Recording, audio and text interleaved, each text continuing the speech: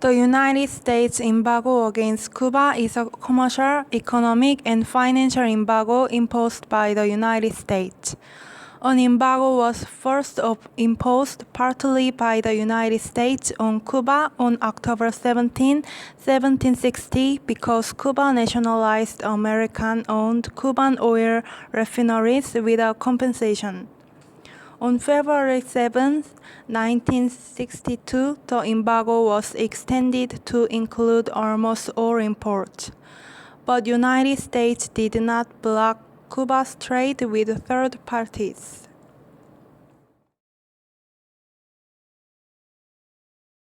The production of Cuban cigar has been gone down sharply year by year just after the U.S. embargoed against Cuba because the USA consumed nearly 30% of it.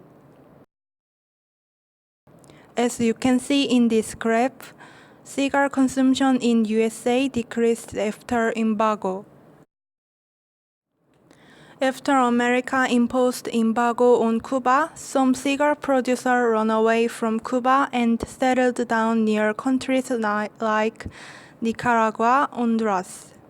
After several years, they established cigar companies like Davidoff or Fuente to get American cigar market.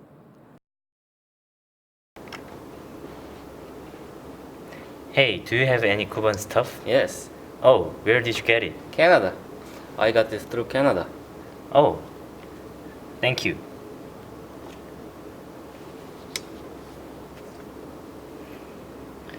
Hey, do you have any Cuban stuff?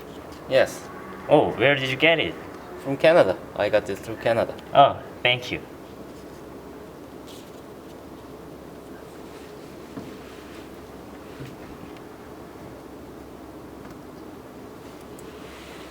No! Several years later, when former imported Cuban cigar stocks ran out, lack of supplies resulted in black market. As America didn't block Cuba's trade with third parties, people could buy Cuban cigar through Canada and black market. But as some dealers put imitated Cuban cigars on the market, Cuban cigar lost its reputation and values. As they lost reputation, cigars from Honduras, Nicaragua took market shares from them.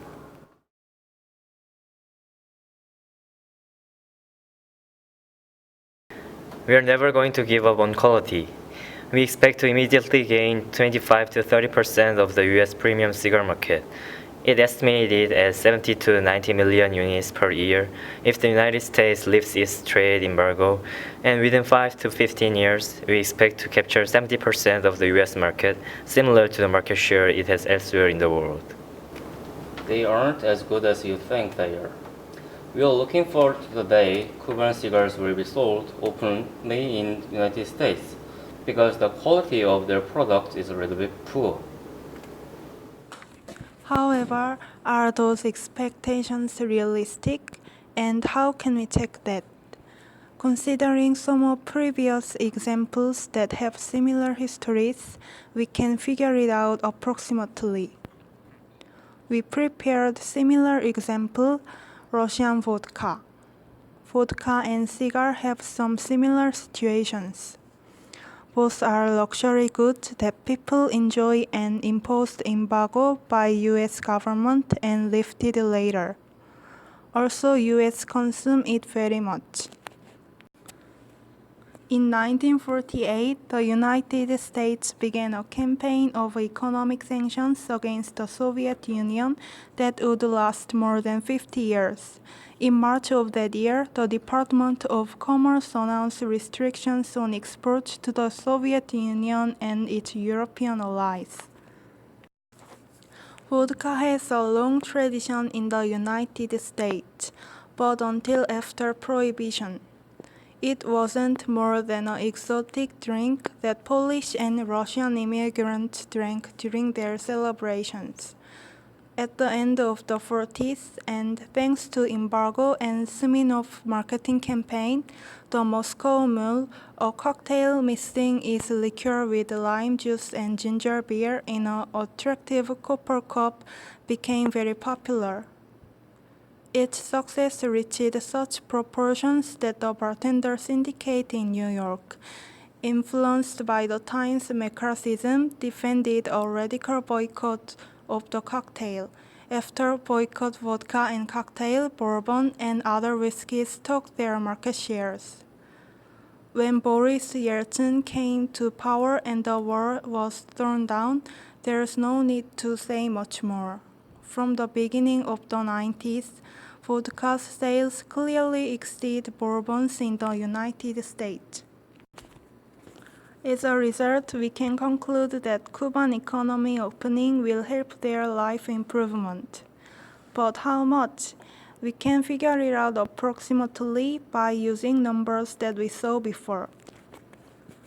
Cuban cigar company Habanos SA expects that they will gonna take 25 to 30% shares in USA market.